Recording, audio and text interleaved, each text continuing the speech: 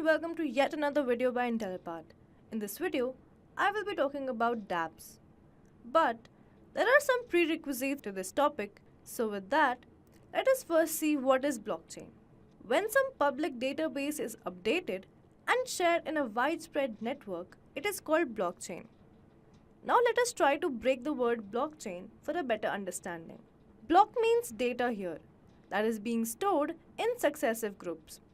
And the fact that each of these blocks are connected to a consecutive block, that is, each child block has a reference to its parent block, hence the term chain.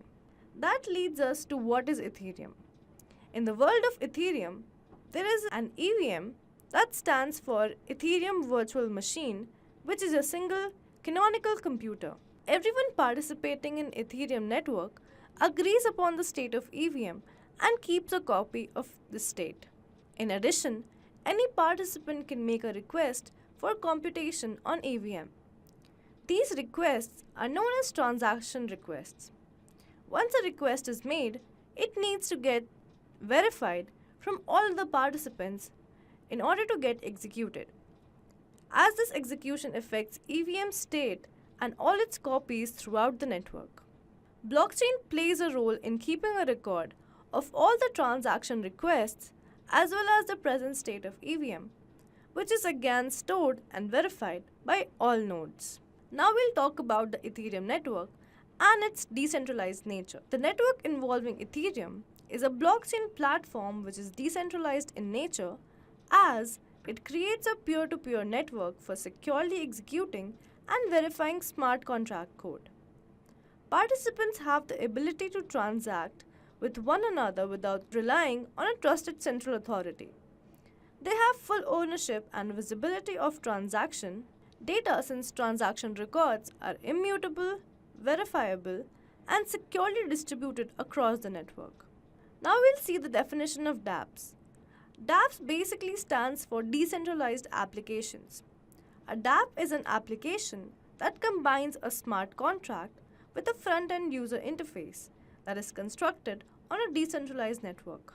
Smart contracts on Ethereum are open and transparent, just like open APIs. Therefore, your dApp can include a smart contract even though it might be authored by someone else. Let's talk about the advantages and disadvantages of dApps.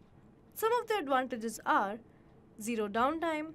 That is, once a smart contract is published on the blockchain, the network as a whole will be able to serve clients who want to engage with the contract at all times. Next one is privacy.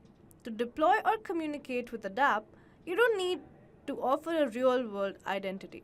Next is resistance to censorship. No single organization on the network has the power to prevent users from submitting transactions, establishing dApps, or accessing data from the blockchain. Lastly, we have complete data integrity. Thanks to cryptographic primitives, data recorded on the blockchain is unchangeable. Now let's look at some of the disadvantages. Firstly, we have maintenance. dApps can be more difficult to maintain because the code and data uploaded on the blockchain are more difficult to change. Next up, we have performance overhead. There is a significant performance cost and scaling is difficult. Next up, we have network congestion. When a single dApp consumes too many computational resources, the entire network becomes clogged. Lastly, we have centralization. User and developer-friendly solutions created on top of Ethereum's foundation layer may appear to be centralized services in the end.